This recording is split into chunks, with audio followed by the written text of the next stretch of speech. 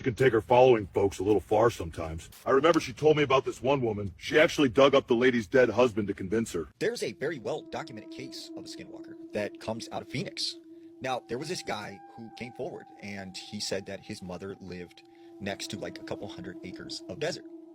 And he said, he was often afraid because she lived alone, but she did not want to move. Well, one night she awoke at like 2 a.m, and her dog was barking at the door. So she got up and figured he needed to go outside and use the bathroom.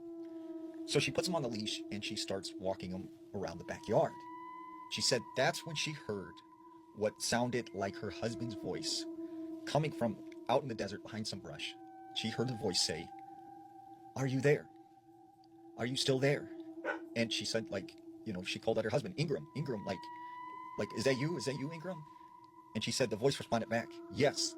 Now come out here into the desert, like come behind this brush. Just come on." And she's like, "No, Ingram, you are deceased." And so she took off running with the dog back into the house. Well, for several weeks, she would have something knocking at her door, banging at her windows. When she would go to answer the door, there would be no one there. She would hear laughs and screams coming from outside. And she, eventually told her son about what had happened. And he come over to the house a couple times, and he couldn't find anything or find anyone. They reached out to the police. The police set up patrols. They couldn't find anything or catch anyone that was harassing this old lady. And then she said one night there was a really bad thunderstorm. And after the thunderstorm had stopped, she hears a knock at the door. She goes to answer it, and when she opens the door, she's surprised to see her husband, Edgar. And she was so excited that she almost gave him a hug. But then she was like, wait a second. He's been deceased for, a couple of years now.